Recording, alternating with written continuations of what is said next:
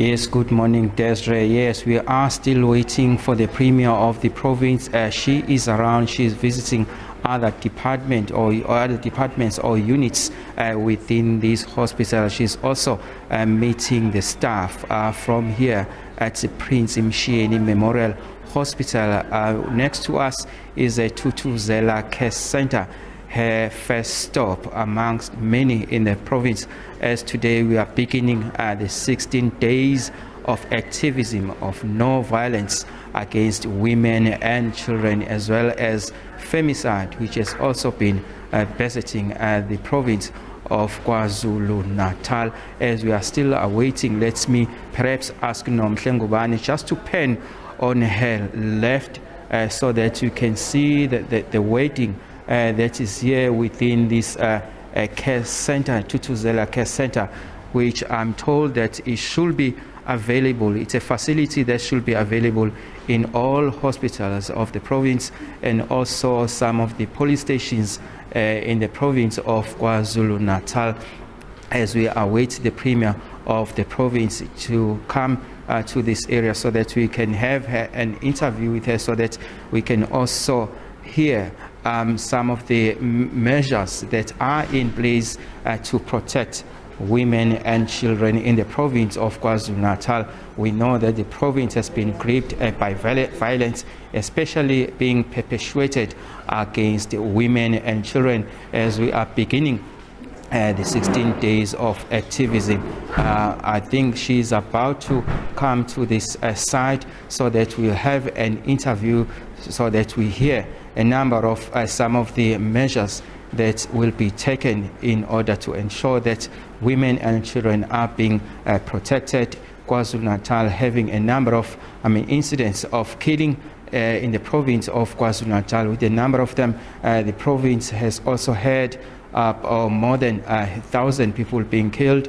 We know that the province of KwaZulu-Natal will have about 2,000 police more being deployed as we are about to begin the festive season here. We had Pegicele, the police minister, announcing that there will be more boots that will be here on the ground to ensure that the province is also protected and also is safe during the festive season, as we are about to interview the Premier, welcoming the Premier of the province of KwaZulu-Natal, Nomusa Dube-Ncube.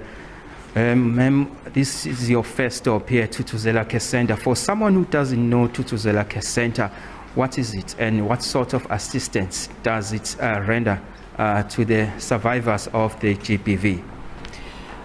Thank you very much.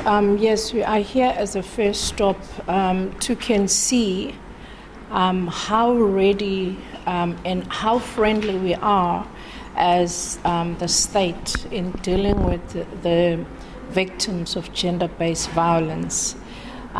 We want to ensure that we improve the standard of how we receive gender-based violence victims, particularly because we know when people come here, whether it's a child or a woman, they come here very distraught, they come here with a lot of anxiety, and we need to make sure as well that no step is missed out, so that evidence does not go missing. But also the people that are dealing with the victims, we need to make sure that there are people who are sensitive, who are trained, but who also understand how important it is for all these processes to be dealt with. We are happy that it is a one-stop shop. The police are here, the social workers are here, the doctors are here, the prosecution unit is also here, which then assists that the victims don't have to go to the police station, then go to the doctor, then go to the social workers. At least everything is in one place. And also, how are you going to ensure that such facilities are available in every government facilities, such as the hospitals as well as police stations? Yes, we are working with a lot of social partners to ensure that almost all police stations do get eventually to have the Thuthuzela centers, but also the hospitals. There are already police stations that have Thuthuzela centers, as well as making sure that such centers, again, they do go to other hospitals. The reason why you would find in the main Thuthuzela centers in what is called maybe tertiary hospital or secondary hospital, it's because the cases of rape are not dealt with at the primary health care, because they need the people who are going to be able to take, evidence, people who are going to be able to also know how they cannot tamper with the evidence so that the case is tight, but also so that the perpetrators are brought to book.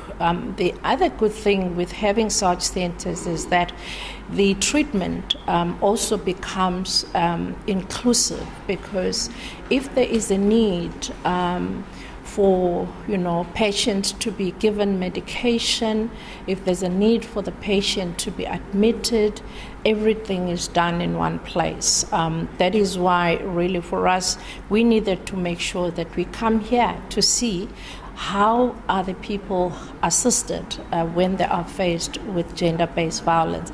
But more than that, we need to see how can we as government improve the way we bring this service to the communities. How does such facilities help the survivors of the GBV in order to secure, the convictions are being secured? And because some of the people feel that they are being let down by the justice system, between police as well as the courts, the justice system. It's very important that we have such centers, because in many instances you'll find that police would make arrests. But then along the line of the judicial system, you might find that from the prosecution side, they will say, we don't have enough evidence. Prosecution side will say, well, we can't find a case yet. But in instances like this, where the prosecution is based in the hospital, where the police are based in the hospital, they're able to talk to one another, but they're also able to assist that the case is the one that can be tightly prosecuted. And that is one thing that we really need to work on, to make sure that whatever case that is brought before the law enforcement is prosecutable. Otherwise, it really doesn't help the victims that they've gone to the police station, they've reported, and the next day the perpetrator is seen just walking around on the street. Sometimes, of course, as I say, it's because the police are still investigating, because evidence was not collected on time, but also sometimes they still need to go and consult other law enforcement agencies. So we really would like to see such Thuthuzela centers in all our major hospitals, but also where there are no major hospitals, in the police stations, so as to ensure that there are successful prosecutions. Just very lastly, as we are beginning the 16 days of no violence against women and children, what's your message? Because KZN has been engulfed by violence.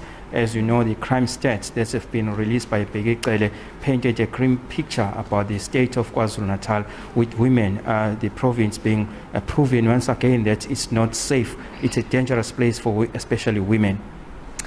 It is very sad that we still, as KZN, having that dark spot of having the highest numbers of victims that experience the gender-based violence. And as we start with intensifying the gender-based violence, fighting against gender-based violence, we're calling upon all the community members. Police can never be able to deal with this alone. Prosecutions would never be able to deal with this alone, but it needs every member of our communities, every citizen, to stand up and be counted. Because if we do not do that, if we blame the police or we blame the prosecution, people are still going to, perpetrators are still going to go scot-free, because you're not putting the blame where it should be, to the perpetrators who must be brought to book. And if we all really do not have or have a zero tolerance on the perpetrators, we can really cap the issues of gender-based violence. We've seen it that the police really do try. I mean, we have a case that we experienced here. We were here with MECs on Wednesday when we heard of a case that happened at school. We left everything and we came here. And when we got here, what we heard is that the learner at school, when the assaults were happening physically and sexually, other people were just watching. And nobody reported immediately, or nobody even tried to call older people to say this must stop, or communities must make citizens arrest.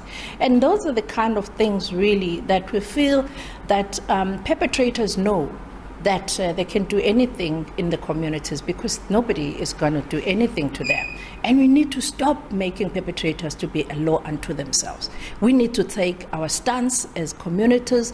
We need to take our lives back, claim our lives back by holding hands together, working with all the stakeholders to say enough is enough. But also men needs to be counted. Men must be strong enough to say, as a man, I'm going to stand up and fight against men who perpetrate gender-based violence. Okay. That's the Premier of the province, Nomusa Dube-Ncube, calling on men to protect women, to also stand up and be counted to fight the scourge of GBV in the country.